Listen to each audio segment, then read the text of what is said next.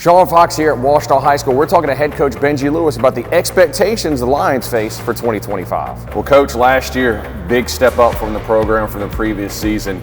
You beat a state champion, you made the playoffs, and you took some of the top programs in the state all the way down the wire. Talk about the growth from the year before for what you accomplished last year. Yeah, man. We started the year out with a tough loss against Captain Shreve. I felt like, we let a couple of plays that were unconventional get away, and they ended up costing us in a tight game there. We were able to rebound and win the next three. Probably I think the win that we look at as our signature win is the Franklin Parish win. A very tough game against a very battle-tested and amazingly talented squad. So we go into district, and those first two games in district against Ruston, who was the defending state champion and just come out of Texas and had a great run against those three teams. We go down to the wire with them, and they made one more play. We come back the next week against West Monroe and went for it 4 times, I think, on 4th and short, just trying to get in field goal range to win that game. And again, came up short of play, After that, I feel like we faced the two best teams back-to-back in our district last year, being Neville and Alexandria, and we just lacked that desire and drive. So in our off-season this year, we've made a big point about this play being the one. We don't get to pick what play that is, so every play needs to be taken, with that level of importance. And also just being able to deal with the adversity that comes with sports and with football, and specifically, we deal with injuries. Last year, dealt with one right before Neville, but the thing is, so does every other team in the state. We're not unique in that. We're not snake bit in that. Good teams and championship teams overcome that, and that's what we're trying to become, and that's what we work on every day, is to fix those things that we felt like really cost us last year. So you have one of the top prospects in the entire state of Louisiana, Dylan Merriman, currently committed to Texas. What does he bring to the table, not just on the field, but maybe as a senior in a leadership position? Well, guys know that Dylan is capable of making a play for this team at any time. Any time he wants to. I've been around a lot of great defensive linemen and defensive players, and Dylan is right up there at the top. Ability-wise, he brings a lot to the table, and really is a nightmare for offensive coordinators and offenses to account for.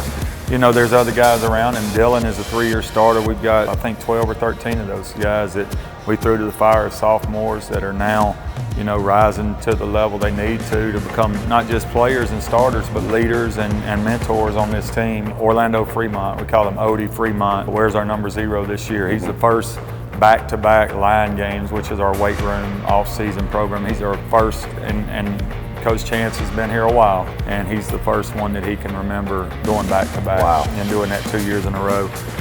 Obviously Montreal Connor and what he brings to the table as both a quarterback and a runner is tough to deal with.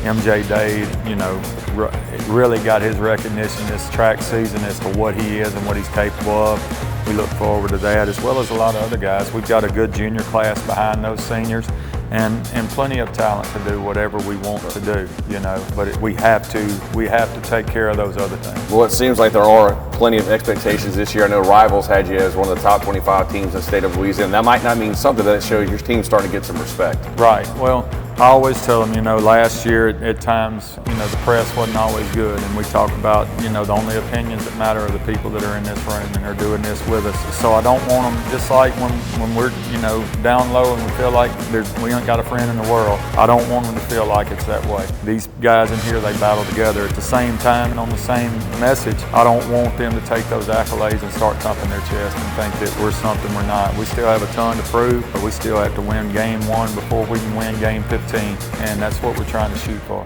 Well, you obviously were battle tested in the spring, had a heck of an opponent. What have you seen from this squad through the spring, through what you've seen through summer workouts up to this point? Yeah, resolve, man. I felt like Evangel was a unique challenge for us. Probably somebody that spins the ball more than anybody that we have on our schedule, on our 10-game schedule. And they came in, obviously, with one of the best quarterback prospects in his class, maybe the best in the nation. And so there were concerns. How do we handle that? We know what we are in North Louisiana and what we play week in and week out. But I was so pleased at how, first of all, on defense, how we were able to contain and corral that high-powered Evangel offense. But what I really liked was the trenches up front on both sides. But our offensive line, I felt like, commanded the line of scrimmage. I felt like that the brand of ball that we played that day was just a brand that Evangel wasn't accustomed to at that time. Coach Duron and I talked, and he said we needed that, and I said we did too, for the good or the bad on both sides. So we came away pleased with that, but not satisfied. That game doesn't mean anything. But, it puts a feather in our cap and gives us a little bit of confidence. But going forward, we've got tons to prove, and at the end of the day, that game only helps us, in here. It doesn't help us on a win-loss call. Well, every year your team's got a little bit better. What's it going to take that next step this season? I think we're going to have to, in every season. I've been a part of, undefeated teams, and you still deal with adversity.